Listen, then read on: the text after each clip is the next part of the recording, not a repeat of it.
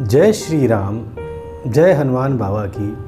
और मैं आपका आज फिर से स्वागत करता हूँ इस संपूर्ण सृष्टि ज्ञान चैनल में। और हम लोग आज बात करने जा रहे हैं मोहिनी एकादशी के बारे में। देखिए, ये कहा गया है कि अगर इस एकादशी में अगर हम इसकी कथा सुनते हैं या पढ़ते हैं तो हमें फल उतना ही प्राप्त होगा जितना कि हमें 1000 गोदान या मतलब 1000 गाय दान करने पर हमें प्राप्त होता है। तो आइए समझते हैं कि मोहिनी एकादशी का अर्थ क्या है, कब पड़ती है और इसका इतना महत्व क्यों है। इसके बारे में हम चलिए समझते हैं। पर शुरू करने से पहले जय श्री राम, जय हनुमान बाबा और जय विष्णु प्रभु की जय।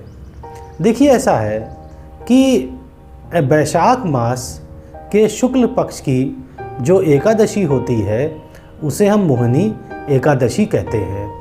और यह जो एकादशी है यह भगवान विष्णु के लिए है। और यह हम बता दें आपको कि भगवान विष्णु ने जब समुद्र मंथन हुआ था तो असुर अमृत कलश को लेकर भाग गए थे। तब भगवान विष्णु ने यही मोहिनी रूप धारण किया था और वो अमृत कलश वापस ले आए थे। तो यहाँ पर जो भगवान विष्णु जो मोहिनी रूप धारण किया था उसी के बारे में यह एकादशी मानी जाती है। और यह भी माना जाता है कि इस तिथि मतलब जो वैशाख मास के शुक्ल पक्ष की एकादशी को, इस तिथि को ये माना जाता है कि भगवान विष्णु ने इस तिथि में ही मोहिनी रूप धारण किया था और असुरों से ये अमृत कलश वापस ले आए थे। अब देखिए, इसी दिन इसलिए भगवान विष्णु की मोहिनी रूप की पूजा की जाती है। और यह माना जाता है कि मोहिनी एकादशी का व्रत रखने से सभी दुखों का निवारण होता है और व्यक्ति सभी मोह और बंधन से छुटकारा पाते हैं, ऐसा ये कहा जाता है। अब देखिए, हमने बताया आपको कि जो मोहिनी एकादशी है ये जो भगवान विष्णु ने अवतार लिया था मोहिनी नारी का। देखिए, मोहिनी का अर्थ होता है बहुत सुंदर और सबको मोहित करने वाली।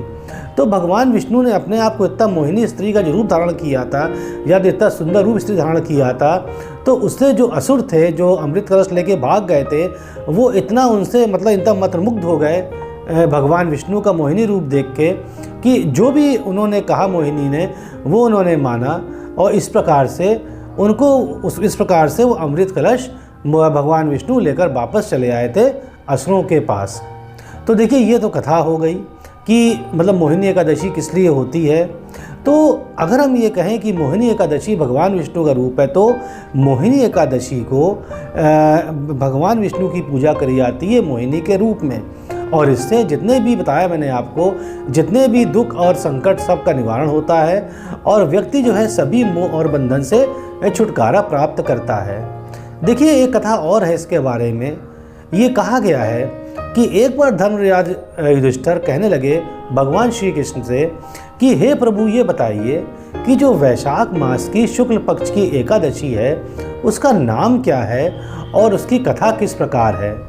तो भगवान कृष्ण बोले कि देखिए, मैं आपसे कथा बताता हूँ और वही कथा है जिसे महर्षि वशिष्ठ ने भगवान श्री राम से कहा था। तो भगवान श्री कृष्ण बोले कि एक समय की बात है कि श्री राम जी ने कहा अपने महर्षि वशिष्ठ से कि हे गुरुदेव, कोई ऐसा व्रत बताइए मुझे जिससे समस्त पाप और दुख का नाश हो जाए। मैंने सीता के वियोग में बहुत दुख भोगे हैं, ऐसा प्रभु श्री राम बोले।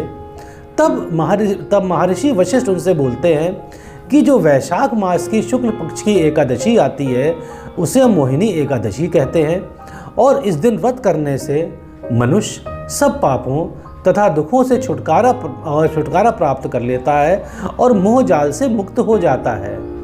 तब फिर महर्षि वशिष्ठ ने कहानी बताई भगवान श्री राम को। तो ये सब बता रहे थे भगवान श्री कृष्ण युधिष्ठिर को। अब देखिए, उन्होंने क्या कहा। अब इन्होंने इस प्रकार से कहा कि महर्षि वशिष्ठ ने कहा कि कथा इस प्रकार है कि सरस्वती नदी के तट पर एक भद्रावती नामक राज्य में द्युतिमान नाम का एक चंद्रवंशी राजा राज्य करता था। उसी राज्य में एक वैश्य रहा करता था जिसका नाम था धनपाल।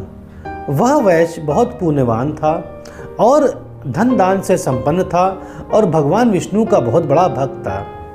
और उसने, अब चूंकि उसके पास बहुत पैसा था तो, और वो बहुत अच्छा व्यक्ति था, उसे धर्मार्थ के लिए बहुत सारे काम किए।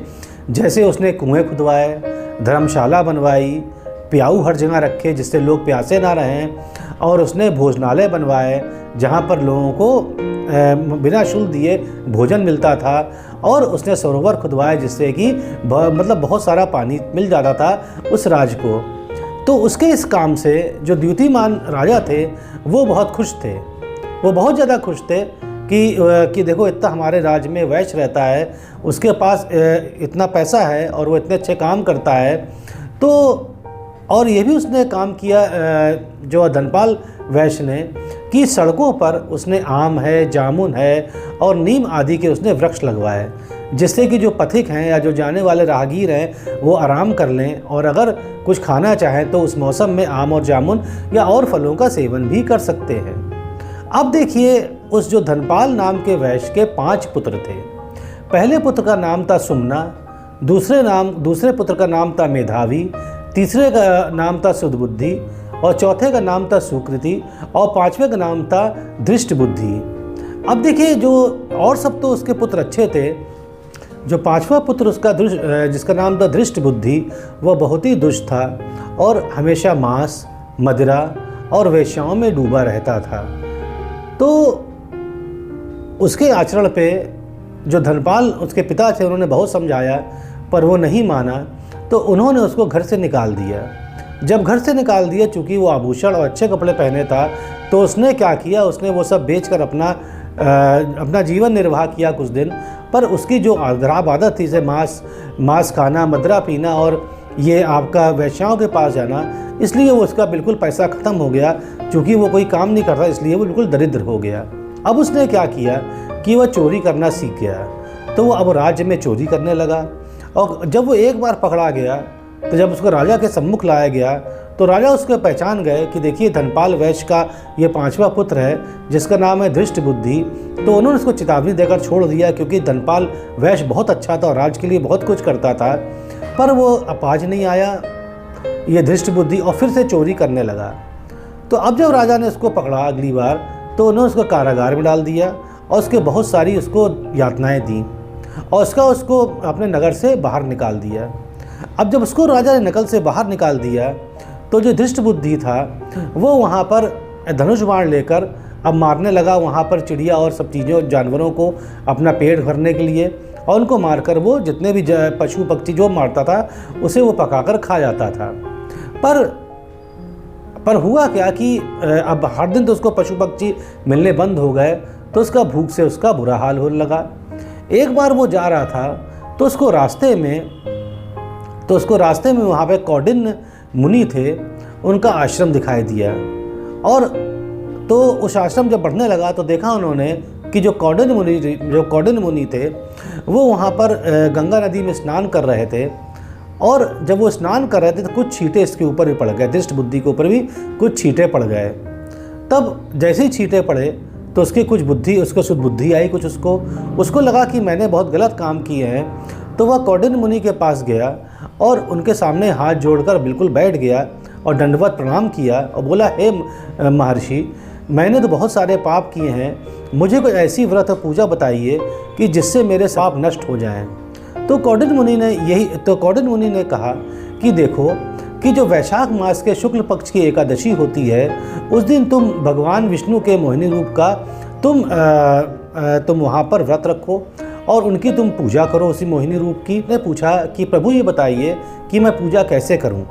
तब उन्होंने कहा, देखो ऐसा है कि तुम एक पीला वस्त्र बिछाकर और नहा धोकर पीला वस्त्र बिछाना, उस पर भगवान विष्णु की मोहिनी रूप की प्रतिमा रख लेना और सामने बैठ के उनका मंत्र तुम जाप करना, और उस दिन व्रत रखना जैसे कि एकादशी का व्रत रखा जाता है। तो उसने ये किया और बहुत सालों तक करता रहा।